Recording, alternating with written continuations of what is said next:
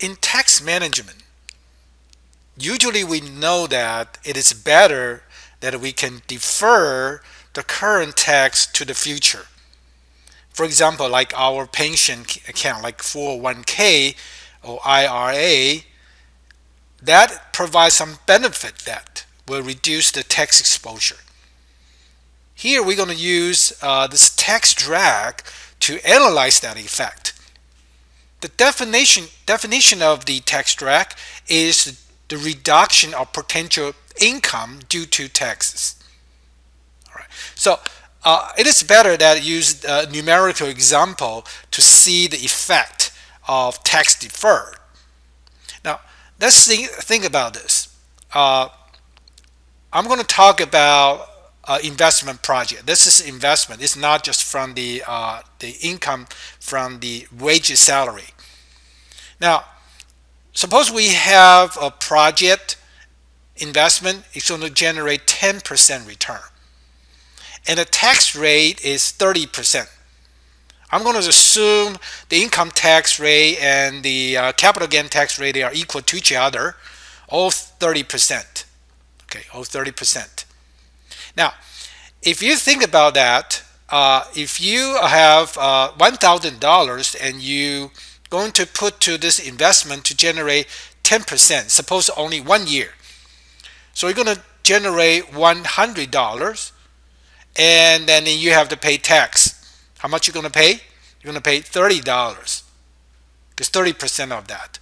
So your value will actually drag by 30 bucks. So reduced by 30%. Therefore, we know that for 1 year, the tax drag exactly equal to the tax rate for 1 year. Now, suppose this investment you're going to hold is not for 1 year. Suppose you're going to hold for 20 years. Then what is your tax drag? In other words, how much for the deduction from your income in terms of your return and the total return over 20 years. All right, so we do some calculation. Now, first of all, suppose there's no tax. There's no tax. So you put $1,000 in the project, and the project will give you 10% return, and it's going to compound it for 20 times because you hold for 20 years. So it's 1 plus the 10%, 1.1 of over the 20 power, which means 20 times of compounding. You're going to get $6,727.50. Okay. Now, so what is your gain? Your gain because you put $1,000 in regional, so you're going to again take out the $1,000. It's $5,727.50. That's pretty easy to see it. Now, suppose you got to pay tax every year. All right. Suppose you buy and hold, and 10%, and a tax rate suppose still maintain 30%. What happened? You think about this. Now you got a $1,000 every year. Like the first year, you're gonna pay what? 30%. So you net is 70% of that 10% or the $10 from the $1,000.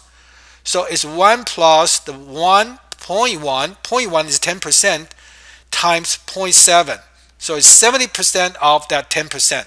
So you're going to get only 7% a year instead of 10%. If you do that compounding for 20 times, every year you pay tax, by the end of the day, about 20 years, your value is $3,869.68. The net gain is $2,869.68 compared to $5,700. There's a huge differences. So this differences between the no tax value gain versus the net tax gain, that is called tax drag. Now, if you look at the percentage tax drag, you're comparing what? You're comparing the value, the net value, the gain from tax compared to without tax, it's almost 50% difference, 49.9%. So your tax drag, if you remember that if I say 1 year, your tax drag is what? 30%. If you hold for 20 years, your tax drag is almost 50%. Every $100 you make, you only get $50. Okay? So, in summary, the percentage of tax drag is going to be greater than the tax rate. If we look at the accrued tax basis, say that you've got to pay tax every year. Why? Because there's a compounding of tax, right? Because that 30% implicit has been deducted from the return, and then you compound for 20 times. Of course, your drag would be much bigger than the tax rate. So just remember that. Accrued tax will increase the tax drag is much bigger than the tax rate. So it's not 30% you're paying 50%. Now, the longer the time you hold that asset, larger the tax drag. Also, higher the return, you will have a higher tax drag in terms of percentage too. So really, their benefit is not so big. If you just buy an asset and earn the after-tax return, and then you pay tax every year, you will have this result.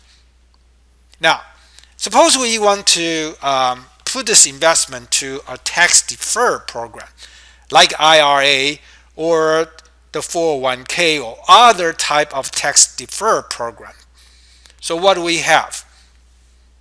Let's do the similar calculation here. All right. Now, of course, no tax, same thing. All right. The net value gain is $5,727.50. What about the tax defer? Now, the tax defer meaning that you don't have to pay the tax during the 20 years. You got to pay the tax at the end of the 20 years. So what tax you are paying? You're not just paying the 10% return every year. You don't. You're paying is a total value change, which is more like a net capital gain type stuff. So that you pay that tax, suppose 30% is capital gain tax, as like income tax. Now, suppose that 10% is like more like interest income compounding. So what we do here is think about this. All right, first part, during the 20 year you don't have to pay tax. So it's just similar to the no tax compounding.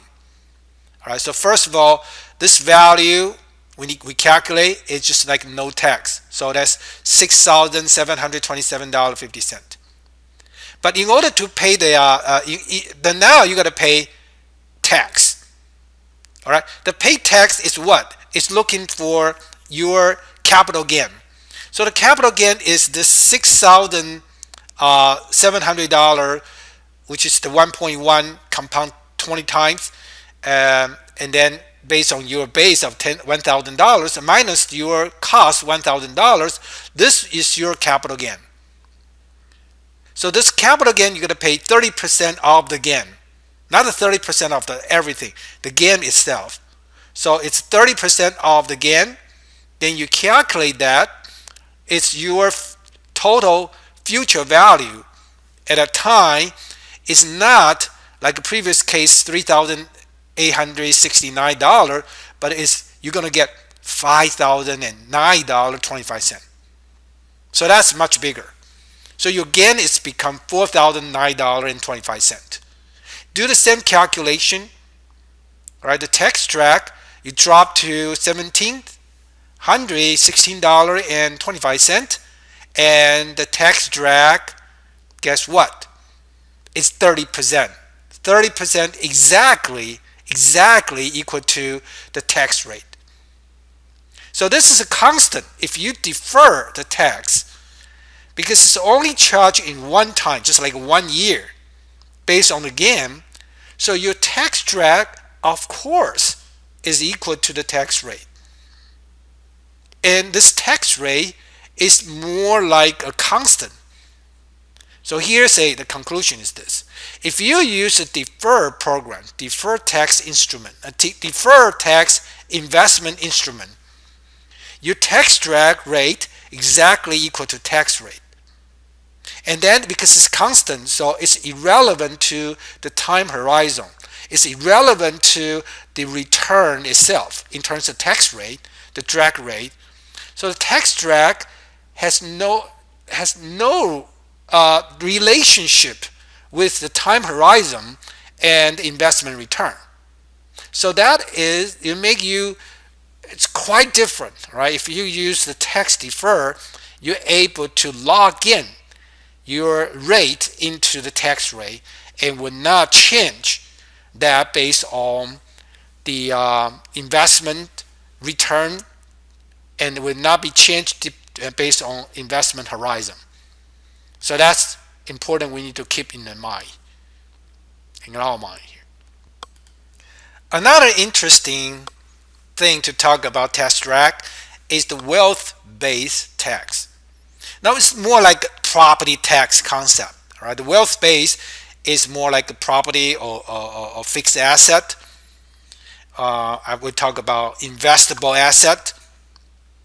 So this is a little bit different in terms of the calculation compared to the income tax or capital gain tax, because the property tax is based on the entire value of the property, not based on the gain, not based on the income.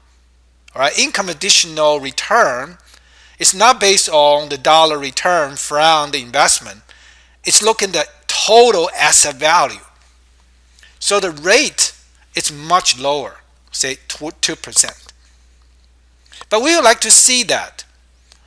Suppose you have to pay your property for 2% a year, and then suppose your property is for generating return purpose, like rental property or other thing, and the return is 10%. And suppose you want to hold that asset for 20 years.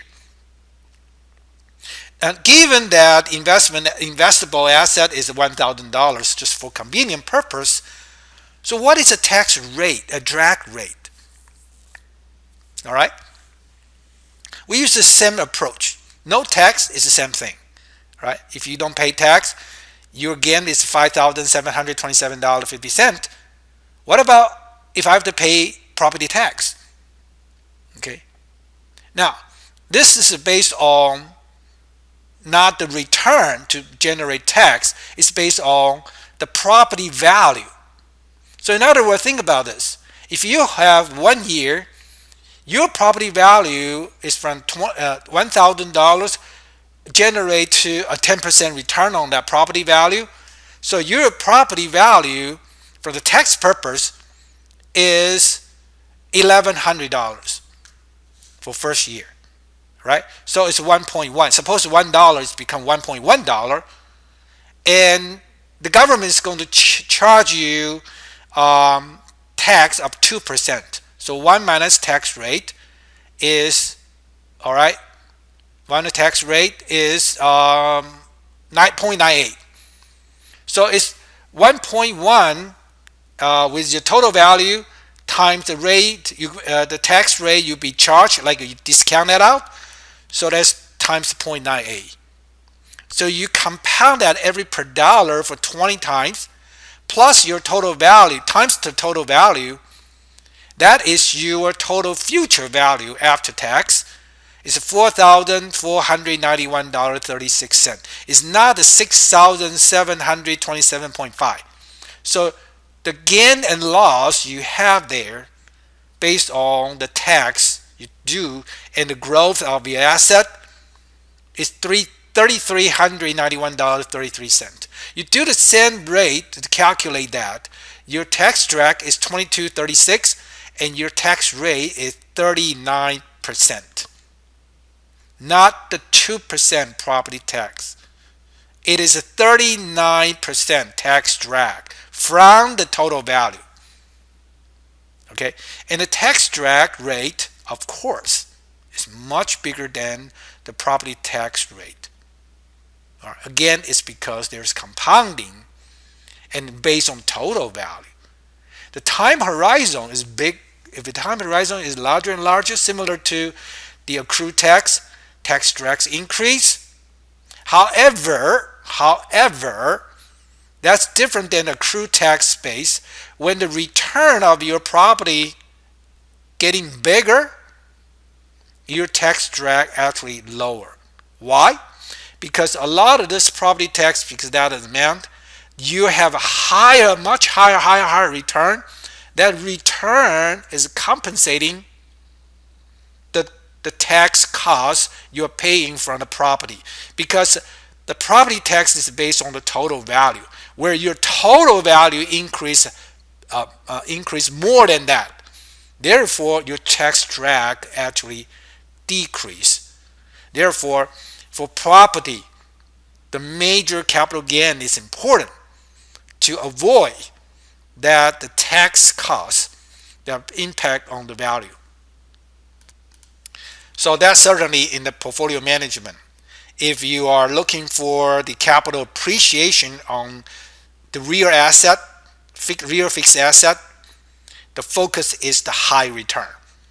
All right. If the return has to be sufficiently much higher than the financial asset, the real asset, like a building, land, rental house, you have a very large appreciation, then you can reduce your tax costs, relatively speaking.